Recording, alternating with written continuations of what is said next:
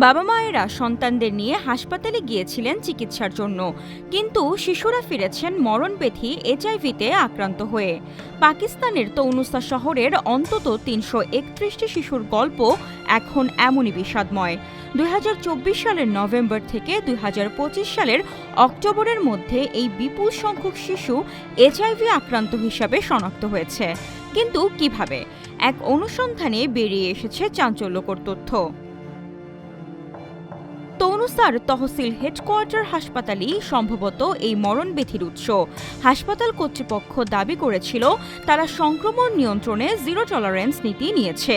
২০২৫ সালের শেষ ভাগে ওই হাসপাতালে ইনজেকশন দেওয়ার স্থানে ৩২ ঘণ্টার গোপন ভিডিওতে যা দেখা গেছে তা আধুনিক চিকিৎসা বিজ্ঞানের যুগে অকল্পনীয়। অন্তত 10টি পৃথক ঘটনায় দেখা গেছে নার্সরা একবার ব্যবহার করা সিরিঞ্জ দিয়ে আবারও ভায়াল বা শিশি থেকে ওষুধ ভরছেন।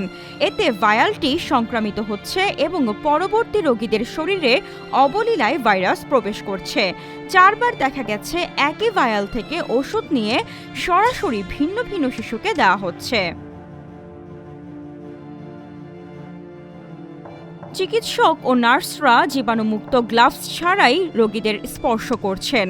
অন্তত ৬৬ বার দেখা গেছে গ্লাভস ছাড়াই ইনজেকশন দেওয়া হচ্ছে। অনেক ক্ষেত্রে শিশুদের গায়ের জামার ওপর দিয়েই সুই ফোটানো হচ্ছে। আরও দেখা গেছে কাউন্টারগুলোতে ব্যবহৃত সুই ও সিরিঞ্জ যত্রতত্র ফেলে রাখা হয়েছে। এমনকি হাসপাতালের আবর্জনার ঝুড়িতে একজন নার্সকে খালি হাতেই সিরিঞ্জ খুলতে দেখা গেছে।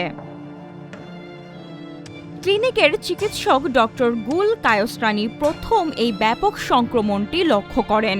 তিনি জানান তার ক্লিনিকে আসা প্রায় ৬৫ থেকে ৭০টি শিশুর এইচআইভি রিপোর্ট পজিটিভ আসে, যাদের প্রায় সবাই তৌনুসার তহসিল হেডকোয়ার্টার হাসপাতালে চিকিৎসা নিয়েছিল।